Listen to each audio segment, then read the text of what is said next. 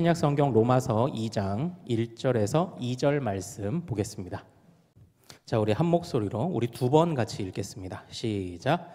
그러므로 남을 판단하는 사람아, 누구를 막론하고 내가 핑계하지 못할 것은 남을 판단하는 것으로 내가 너를 정죄함이니 판단하는 내가 같은 일을 행함이니라.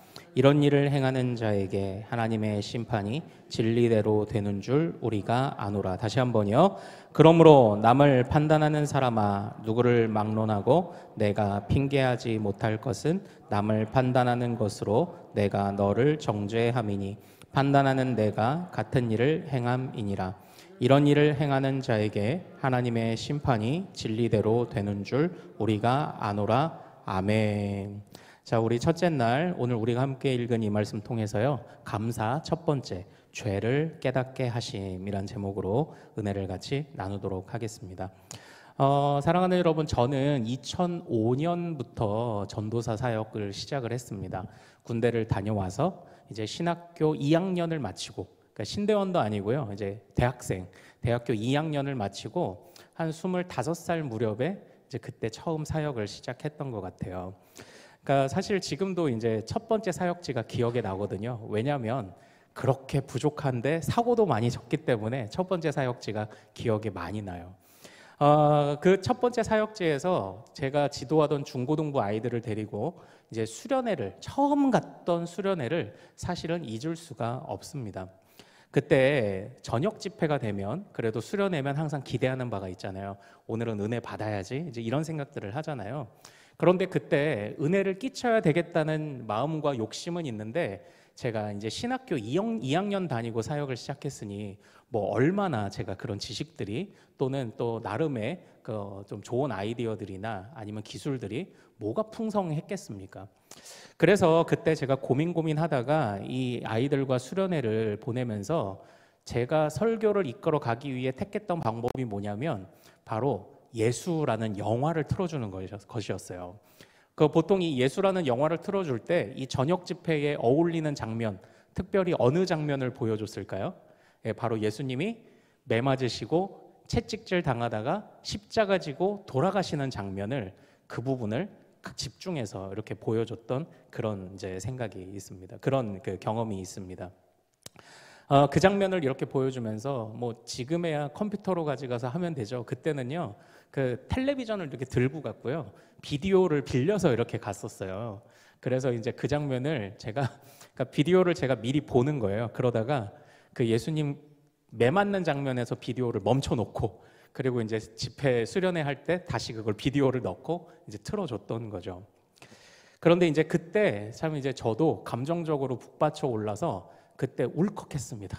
예수님이 우리를 위해서 이렇게 고난을 당하셨다 그러면서 저도 울컥해서 울었는데, 그때 아직도 저희 말썽꾸러기 아이들 중에 어느 누가 하나가 어머 했던 게 기억나요. 그러니까 제가 이렇게 앞에서 우니까 그 아이도 어머 하더니 지도 따라 울던 이제 그런 장면이 기억에 납니다. 그런데 그 안타까운 사실은요, 그렇게 어쨌든 저녁 집회를 잘했다고 생각을 했습니다. 그리고 그 다음날 아침이 되면 아이들이 그 전날 받은 은혜를 좀 간직하며 뭔가 좀 다른 모습을 보이겠지 했는데 웬걸 아이들이 변화가 됐을까요? 안 됐을까요? 조금도 변화되지 않았어요. 아침에 일찍이 또 이제 수련회 같은 데 가면 새벽에 큐티 하잖아요. 아이들 밤새 막 놀았는데 새벽 6시부터 막 깨워가지고 큐티하자 이러는데 심지어는 저한테 욕을 한 아이도 있었어요. 일찍 깨운다고. 아이들은 변화되지 않았습니다. 예수님의 십자가를 가르쳤고요, 아이들은 베드로가 배반했어요, 가룟 유다가 예수님을 팔았어요, 예수님이 매 맞았어요, 나를 위해서 돌아가셨어요, 예수님이 못 박혀서 죽으셨어요, 다 압니다. 다 배웠습니다. 그런데 아이들은 변화됐나요? 안 됐나요? 변화되지 않았어요. 예수님을 알았고 십자가를 알았는데 왜 우리 아이들이 변화되지 않았을까요? 아마도 그들 안에서 그들이 예수님에 관한 지식을 담고는 있었지만 그것이 그저 피상적이라고 할까요? 거칠애라고 할까요? 그냥 피상적인 지식에 불과했던 것 같습니다. 지식은 잘 배웠죠. 그리고 감정적으로 제가 앞에서 울컥하니까 또 이제 불도 좀 끄고 좀 어둡게 만들고 이렇게 해놓으니까 왠지 이제 나도 마음이 조금 그렇고 예, 그리고 또 이제 자꾸 이제 죄를 고백하라고 하니까 엄마한테 소리 질렀던 것도 좀 생각나고, 네, 아빠한테 좀 동생 때렸던 것도 좀 생각나고 이러니까 울컥은 했을지 모르겠는데 그게 근본적인 변화까지 가지 않더라는 거죠. 피상적이었던 것 같습니다. 그냥 알고만 지나간 것 같았습니다. 사랑하는 여러분, 오늘 우리가 읽은 이 본문에서요, 사도 바울이 하나님 앞에서, 그러니까 예수 그리스도를 그가 먼저 알았음에도 달라지지 않던 사도 바울이 예수님을 만나고 달라지게 되었던 중요한 고백을 오늘 말씀에서 하고 있습니다. 그 말씀의 그 중요한 핵심이 뭐냐면 내가 허례허식이자 내가 거칠애였구나라는 것이 사실 사도 바울의 고백입니다. 우리 2장 1절 말씀을 같이 한번 읽어보도록 하겠습니다. 자, 같이 읽습니다. 시작. 그러므로 남을 판단하는 사람아, 누구를 막론하고 내가 핑계하지 못할 것은 남을 판단하는 것으로 내가 너를 정죄함이니 판단하는 내가 같은 일을 행함이니라. 아멘. 우리 1장에서는 우리가 주의를 통해서 잘 배운 것처럼 이방인의 죄악을 계속 고발하고 있었습니다. 그런데 2장에서는 사도 바울이 무슨 이야기를 하기 시작하냐면 사실은 우리 유대인도 다르지 않아, 너희랑 똑같아, 이 이야기를 이제 시작을 합니다.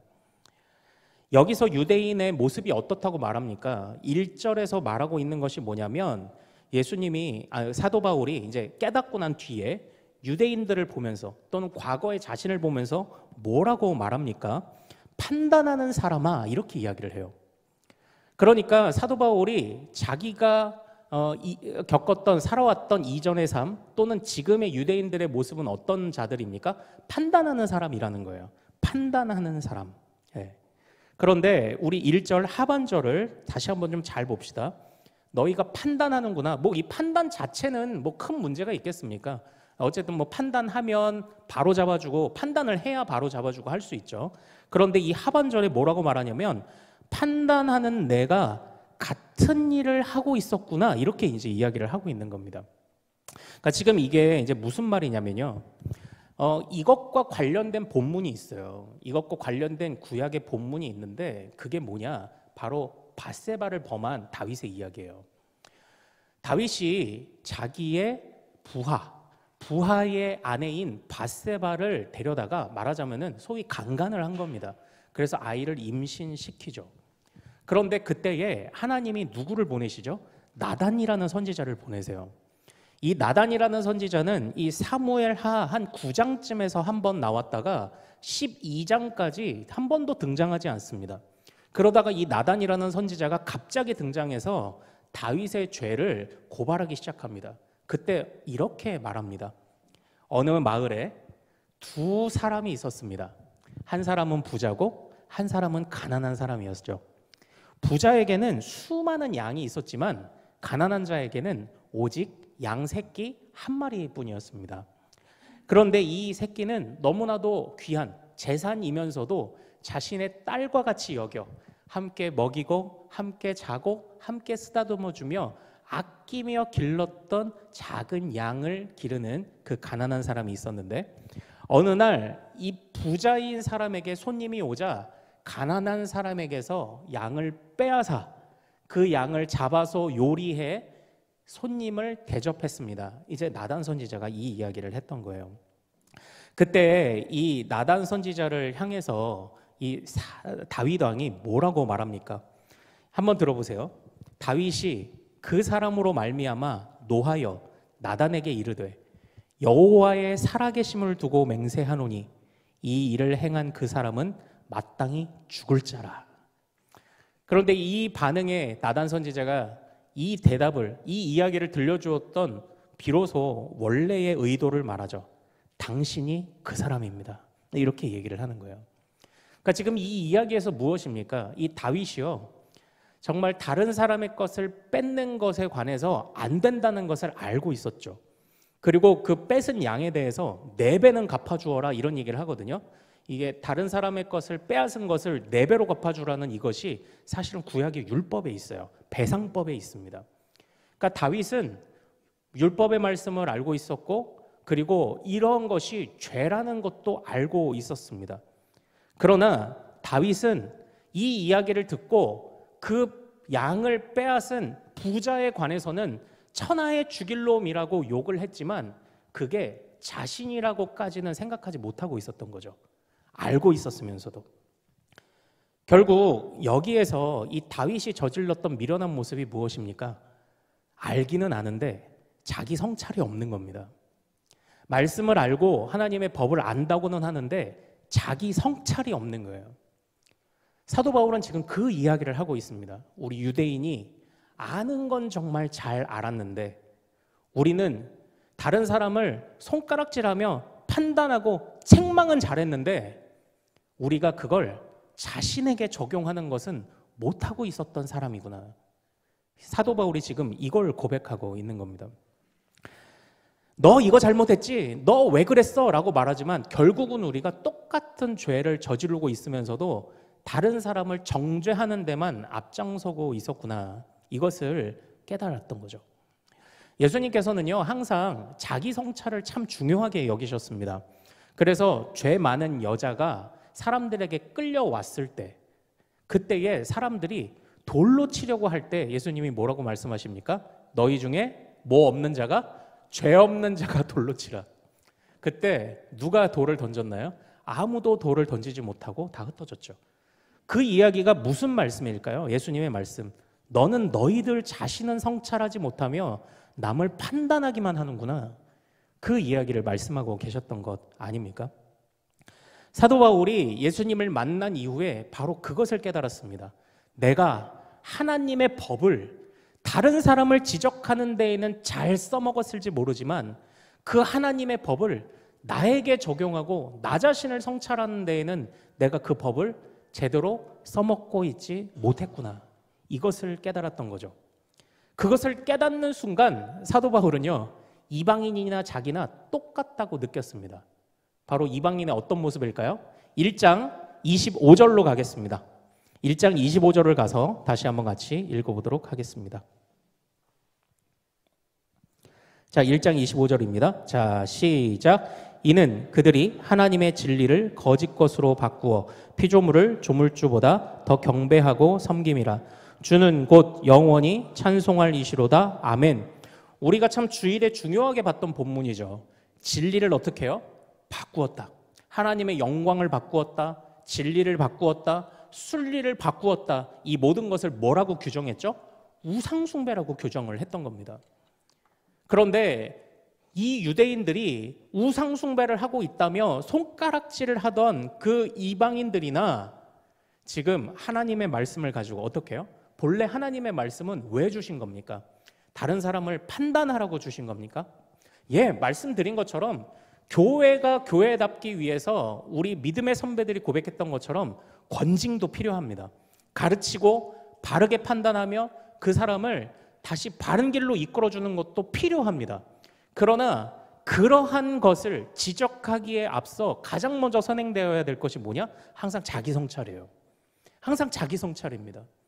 그러니까 하나님의 진리를 안다고 말하면서 그 말씀을 주셨던 본래의 의미인 자기 성찰이 아니라 다른 사람을 판단하는 데만 써먹었던 이 유대인들, 자기에게는 한없이 관대하고 다른 사람을 판단하는 데에는 엄격했던 그 유대인들의 모습이 사도 바울에게는 그 과거의 자신의 모습이 실상은 진리를 바꾸어 버리고 있었던 것과 다름이 없다고 지금 그렇게 이야기를 하고 있는 겁니다. 그래서요, 사도 바울이 이게 이제 자신의 과거를 향한 책망, 스스로의 자책이자 또는 반성이기도 해요. 우리 2장 4절 말씀을 가서 같이 한번 읽어보죠. 2장 4절, 하나님의 진리를 바꿔버렸던 자신을 이렇게 자책하며 말합니다. 2장 4절을 같이 읽어보겠습니다. 시작. 혹 내가 하나님의 인자하심이 너를 인도하여 회개하게 하심을 알지 못하여 그의 인자하심과 용납하심과 길이 참으심이 풍성함을 멸시하느냐. 아멘. 이 이야기가 지금 뭐냐면 하나님은요, 인자하세요. 용납하세요. 길이 참으십니다. 그런데 유대인들이, 나 자신이 그것을 남발했다고 말하는 겁니다. 그걸 멸시했다. 남발했구나. 하나님은 인자하시고 용납하시고 길이 참으시니까 나는 다 그냥 이해하시겠지? 나는 유대인이니까 하나님의 법을 가진 유대인이니까 나는 다 이해하시겠지? 라고 생각했던 바로 그 안일함과 남발함, 그걸 지금 반성하고 있는 겁니다. 하나님은 선하신 분이 맞아요. 인자하신 분이 맞아요. 용납하시는 분이 맞습니다. 그러나 그것을 남발하고 있었구나. 지금 사도 바울이 그걸 깨닫는 거죠. 그래서 사도 바울은 2장 2절에서 이렇게 고백합니다. 2절을 같이 한번 읽어보도록 하겠습니다. 자, 시작. 이런 일을 행하는 자에게 하나님의 심판이 진리대로 되는 줄 우리가 아노라. 아멘. 그러니까 이겁니다. 내가 하나님의 진리를 가지고 다른 사람들을 판단하고 나는 성찰하지 못했잖아요. 그런데 결국은 그 진리, 내가 그렇게 가볍게 여겼던 그 진리로 마지막 때에 우리가 하나님께 심판받게 된다는 겁니다. 내가 잘못 써먹었고 내가 무시했고 왜곡했던 그 진리로 결국은 내가 판단받게 되는 때가 온다는 것을 깨달은 거예요. 언제요? 주님을 만나고. 그러니까 내가 아무리 나는 몰라 또는 내 뜻대로 내가 이해하는 대로 그냥 내 식대로 하나님의 법을 이해하면 되지 생각했던 모든 것들이 사실은 마지막 때에 가면 어떻게 해요? 바로 그 진리를 기준으로 내가 무시했던 그 진리를 기준으로 마지막 때에 심판받게 될 것이라는 지금 그 사실을 깨닫고 사도 바울이 지금 과거를 후회하고 있습니다. 사랑하는 여러분, 우리 첫 번째 화면 좀 한번 보여주실까요? 모든 나라의 법원에 가면 이와 비슷한 조각상이 있답니다. 이 조각상은요, 정의의 여신상 이런 이름이 달려 있대요. 이게 붙어 있어요. 이 여신상의 특징이 뭘까요? 자, 손에는 뭘 들고 있습니까? 자, 우리 중고등부 학생들, 네, 성이 저울을 달고 있습니다. 예, 저울이죠, 저울. 그럼 저울은 어떤 의미일까요? 성희가 한번 대답해 보세요. 평등. 오, 예. 평등, 공평. 예, 그렇게 보면 될 것 같아요. 그러면 또 손에 뭐 들고 있죠? 반대쪽 손에? 예, 칼은 뭘 들고 있을까요? 칼은 뭘 의미할까요? 정의 맞아요. 오늘 컨디션 괜찮네? 자, 그리고 또 하나의 특징이 있습니다. 눈을 한번 보세요. 눈. 성이 야, 사면타. 네, 성이 눈은 어떻게 하고 있나요? 네, 안대를 차고 있습니다. 왜 안대를 차고 있을까요? 요건 좀 어렵지. 왜 안대를 차고 있을까요? 네, 우리 성희가 옆에 있는 친구를 치기 시작했습니다. 네가 해봐. 이렇게. 두 번째까지만 하고 그만할 걸 그랬다. 좋았는데. 예. 안대는 왜 하고 있을까요? 여러분들 한번 생각해 보십시오. 안대를 왜 하고 있을까요? 저게요, 편견 없이 보겠다는 의지입니다. 그러니까 아는 사람 오는데 잘 봐주고 모르는 사람 오면 나쁘게 해주고 그러면 안 되잖아요. 그러니까 나는 안 보고 편견 없이 공평하게 정의를 행하겠다. 이제 이게 우리 그 법원들에 가면 이제 이게 이렇게 상징으로 있다고 합니다. 자, 그런데요, 사실은 실제 우리가 아무리 이런 조각상을 갖다 놓고 한다고 한들 우리 가운데 편견이 없나요? 우리 가운데 공평은 무너지고 정의는 무너진 지 오래입니다. 그러니까 어떻게 보면은 이 법이라는 것이 저는 법이 꼭 필요하다고 생각을 합니다. 근데 법은 이건 진짜 가장 좋은 방법은 아닌 것 같아요. 최악을 피하기 위한 그냥 그 정도의 방법인 것 같습니다. 법으로 죄를 억제할 수는 있는데 선을 이룰 수는 없는 것 같아요. 왜냐하면 저렇게 편견을 안 가지고 공평하게 한다고 해도 사람은 편견을 갖고 있고 항상 공평을 무너뜨리고 정의를 무너뜨리기 때문입니다. 사도 바울이 깨달은 게 그거죠. 내가 하나님의 법을 가지고 있다고 했지만 나는 나 자신조차 제대로 보지 못하는 공평이 사라졌고 정의가 사라진 채로 다른 사람을 향해 공평과 정의로 판단만 하던 사람이 바로 나였구나를 이제 깨달았던 게 바로 사도 바울의 반성입니다. 사랑하는 여러분, 참 우리는 어떻습니까? 이게 물론 이 사도 바울의 이전에 유대인의 자부심을 가지고 살던 그 과거, 미련했던 이 시절의 고백이지만요. 어찌 보면 그 유대인의 모습, 그가 부끄러워하며 후회하는 모습이 사실 우리에게도 왜 없겠습니까? 이 유대인들이 가지고 있는 문제가 뭐라고 했죠? 소유하고 있는 것을 그걸 전부라고 생각을 했던 겁니다.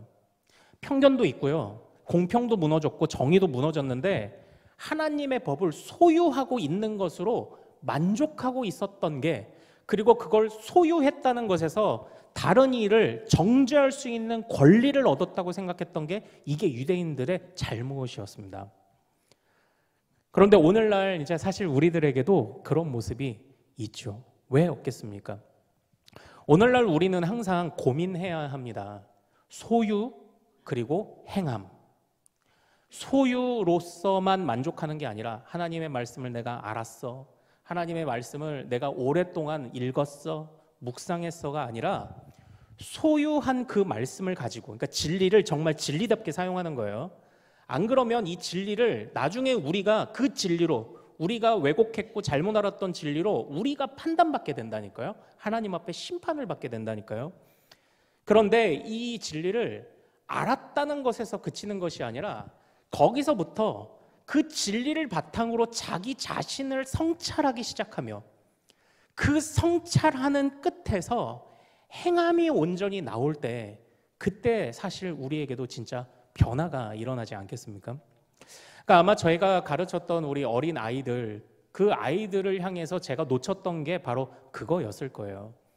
아이들이 지식을 채우고 그리고 그 아이들에게 감정을 한번 이렇게 왈칵 해가지고, 그러니까 사실 우리도 이 고난주간을 자칫하면요, 그냥 예수 영화 틀어주고 그냥 매맞는 그런 장면 보다가 그냥 왈칵해서 그냥 아이고 쯧쯧쯧 어찌할까 어찌해야 할까 참 안 되셨네, 이러다가 그냥 끝나는 고난주간이 되기를 저는 원하지 않아요.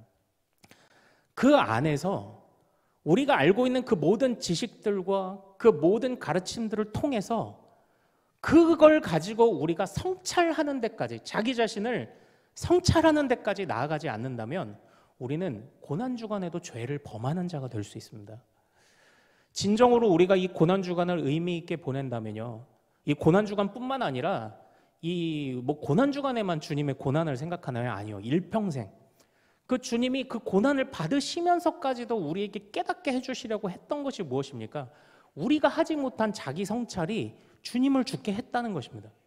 그냥 우리의 죄가 주님을 죽게 했다라는 것으로 알고 있는, 맞는 말이지만 거기서 좀 더 한 걸음 나아가 아는 것을 자기 성찰로 쓰지 못하고 우리가 하나님 앞에 성장하고 우리가 하나님 앞에 엎드리는 데 쓰지 못했던 그 이유들 때문에 주님이 그 고난 당하셨음을 우리가 거기까지 나아가지 않는다면 우리는 항상 피상적인 신앙생활을 할 거예요. 우리는 항상 우리 자신을 먼저 돌아봐야 합니다. 그러니까 이 세상에는 참 자기 자신을 제대로 보는 이가 없어요. 그러니까 참 어떻게 보면 이번에도 제가 이제 학습 그 세례 입교 이렇게 진행을 하면서 제가 참 학습 교육을 시키는데 이제 신앙의 좀 초보들이시잖아요. 말 그대로 학습 교육. 근데 조금 염려가 있었어요. 마지막 시간에 제가 참 어려운 질문 한 가지를 좀 드릴게요. 혹시 하나님 앞에 죄인임을 인정하십니까? 이렇게 한번 물었어요. 이것만큼은 꼭 짚고 넘어가야 할 것 같았습니다. 그리고 아니다라고 말하는 분이 나올 수도 있겠다는 생각을 사실 좀 했었던 것 같아요. 그런데 너무 감사하게도 모두가 하나님 앞에 자신이 죄인이라고 고백하셨어요. 만약 그걸 안 하셨으면 저는 학습을 안 줬을 거예요. 그런데 이제 우리가 학습을 다 쪽복하면서 드렸잖아요. 학습 교인임을 인정했잖아요. 그 대답을 듣는데 막 약간 가슴이 막 두근거리기 시작하는 거예요.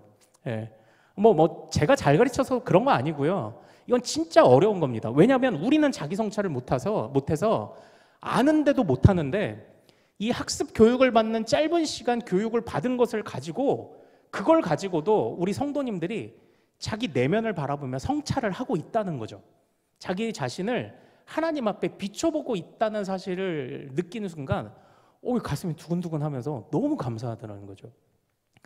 그런데 그것이요, 바로 그 학습 교인들, 신앙의 초보들에게만 필요한 것이 아니겠죠. 우리에게 바로 이 성찰이 필요합니다. 자기 성찰이 필요합니다. 그런데 사랑하는 여러분, 어떻게 보면 아이고 고난주간이니까 목사님이 자꾸 우리의 죄를 들춰내시는구나 라고 하겠지만, 사실 저는 이게 감사의 제목이 돼요. 감사의 제목이 됩니다. 우리가 하나님의 진리의 말씀을 가장 먼저 어떻게 써야 한다고요? 나 자신을 먼저 성찰하는데, 나 자신을 먼저 비춰보는 데에 쓰는 것이 하나님의 말씀을 제대로 쓰는 법인데, 이걸 몰랐다면 우리는 어떻게 돼요? 나중에 주님의 심판대 앞에서 우리가 무시했던 그 말씀으로 심판을 받는 자가 될 거예요. 그러나 우리가 예수 그리스도와 함께 동행하면서 오늘이라도, 또는 우리가 살아가면서 우리의 미련했던 죄, 하나님의 진리를 왜곡시켰던 죄를 깨닫는 이 모든 것이 감사의 제목이라는 겁니다. 왜냐? 우리가 그 하나님의 진리를 바르게 사용하면 사용할수록 우리는 심판을 피하게 되기 때문이에요. 하나님이 판단하시는 그 심판을 우리는 건너갈 수 있기 때문이에요. 하나님께서 우리에게 허락하시는 정말 그 진리의 말씀들을 나 자신을 먼저 성찰하고 우리가 성장하는데, 그러니까 이 죄 고백이라는 것이요, 결코 죄 고백에서 끝나면 안 됩니다.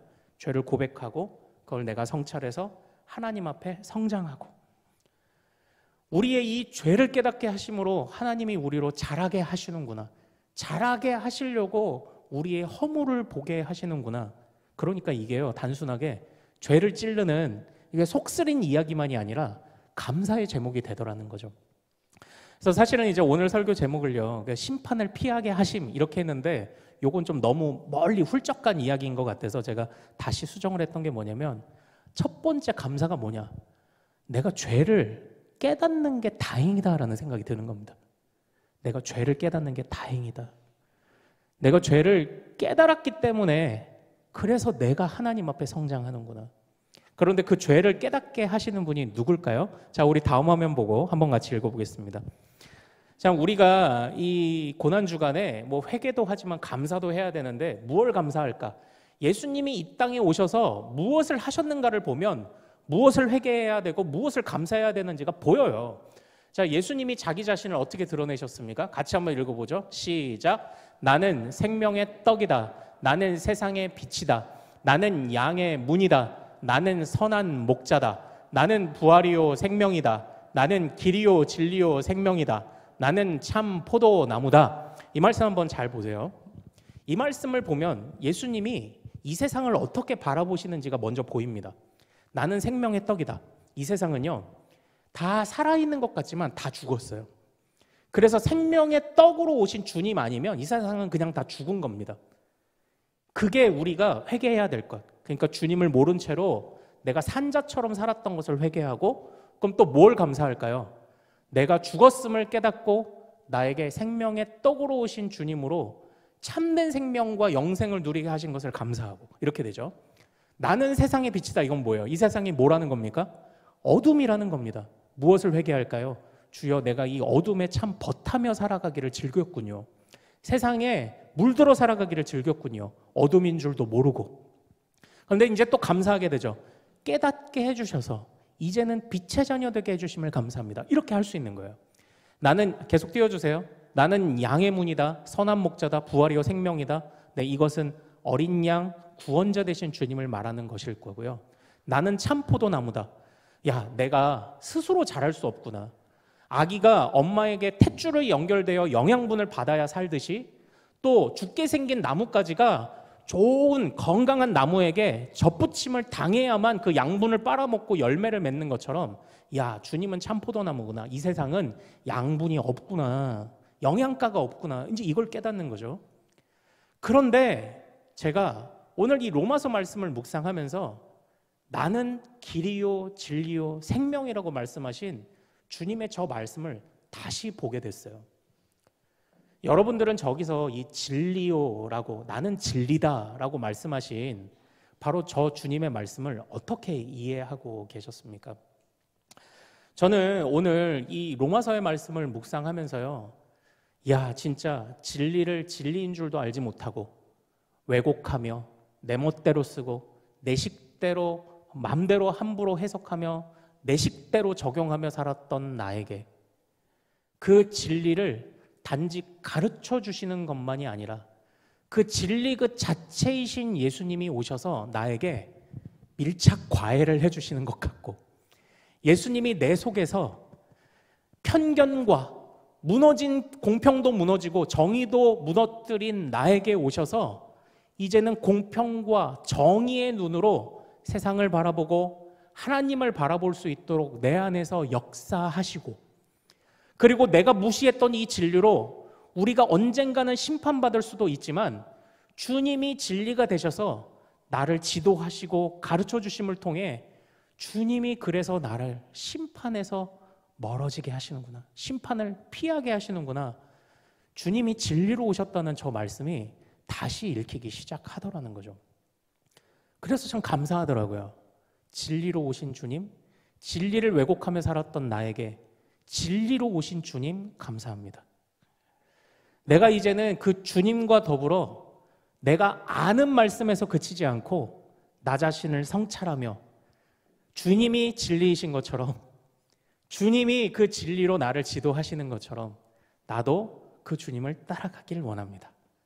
이런 감사의 고백을 하게 되더라는 거죠. 우리가 예수님의 길을 따라간다라는 것은요, 그냥 지금도 이스라엘 가면은 비아 돌로로사라고 해서 그 예수님이 십자가 지고 걸어가셨던 길을 체험하는 코스가 있다고 합니다. 그런데 우리가 예수님을 그 십자가의 길을 따라간다고 하는 것은요, 단지 체험 코스가 되어서는 안 되겠죠. 체험 코스가 되지 않으려면요, 우리가 주님이 우리에게 오셔서 주신 이 모든 말씀을 사도 바울과 같이 자기 성찰에 먼저 이 말씀을 써야 합니다.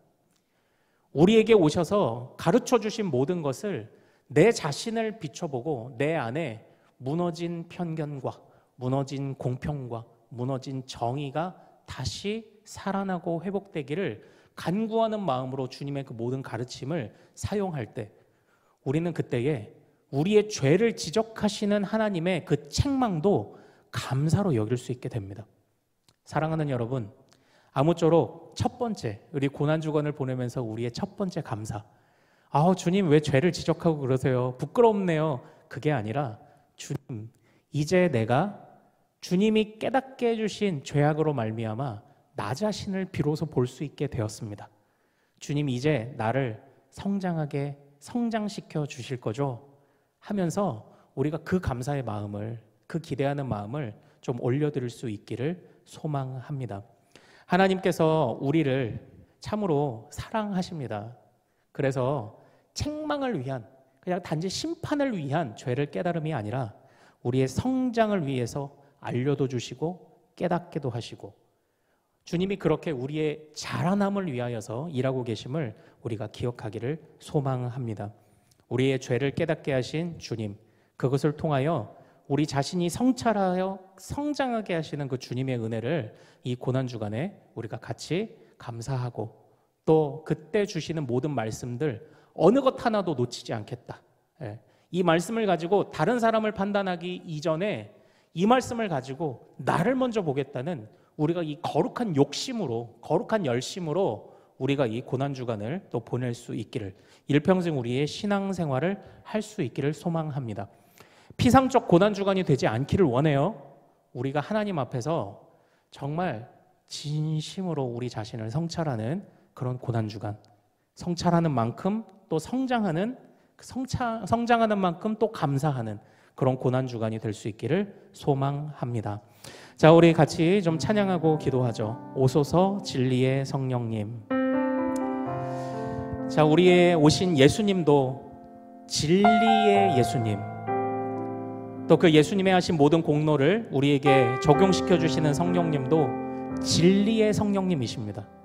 그 진리가 첫 번째로 역사해야 하는 자리는 어딜까요? 바로 우리 자신입니다. 하나님, 내가 나를 먼저 성찰하고 바라보겠습니다. 그리고 나를 성장케 하실 주님을 기대하겠습니다. 우리 이 마음으로 같이 찬양하겠습니다. 오소서 진리의 성령님.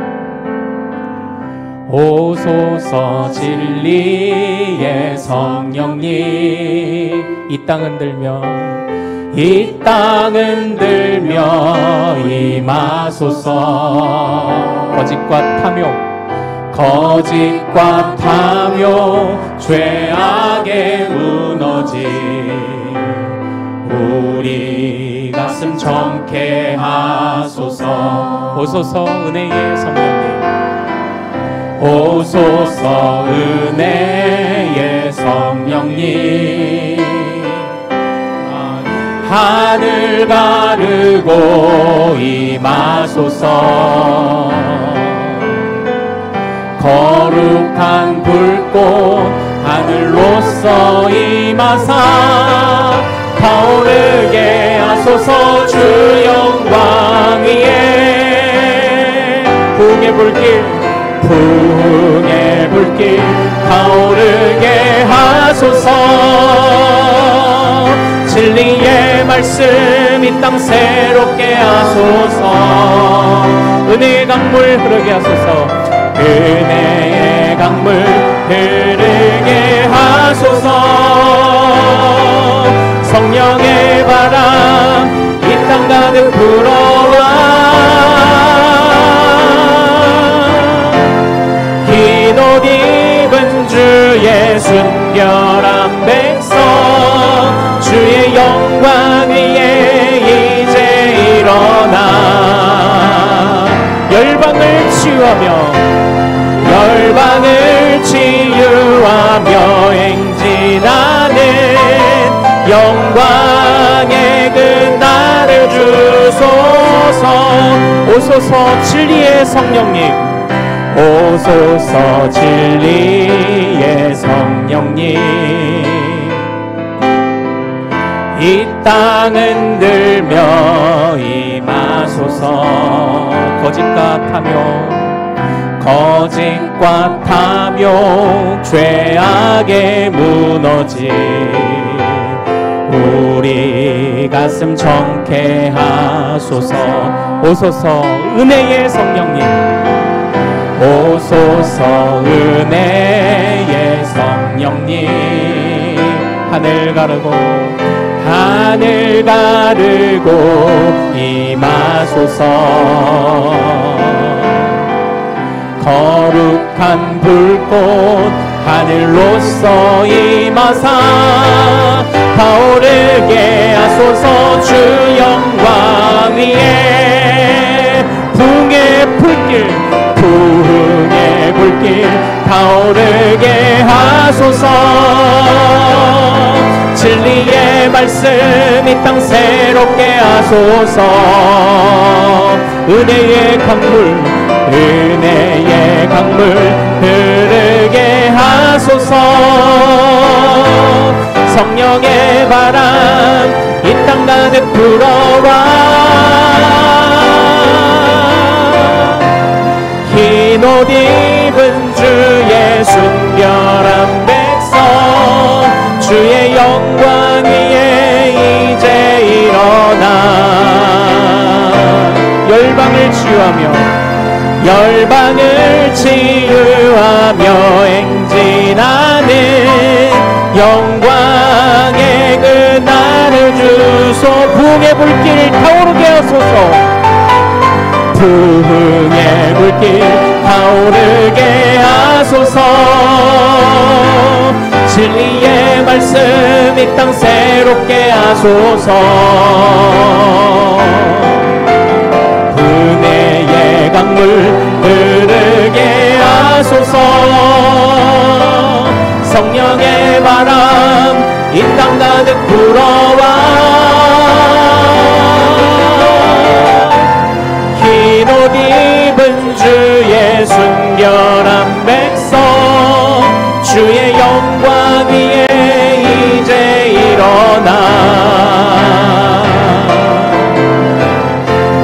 열방을 치유하며 행진하는 영광의 그 날을 부흥의 불길 타오르게 하소서. 부흥의 불길 타오르게 하소서. 진리의 말씀 이 땅 새롭게 하소서. 은혜의 강물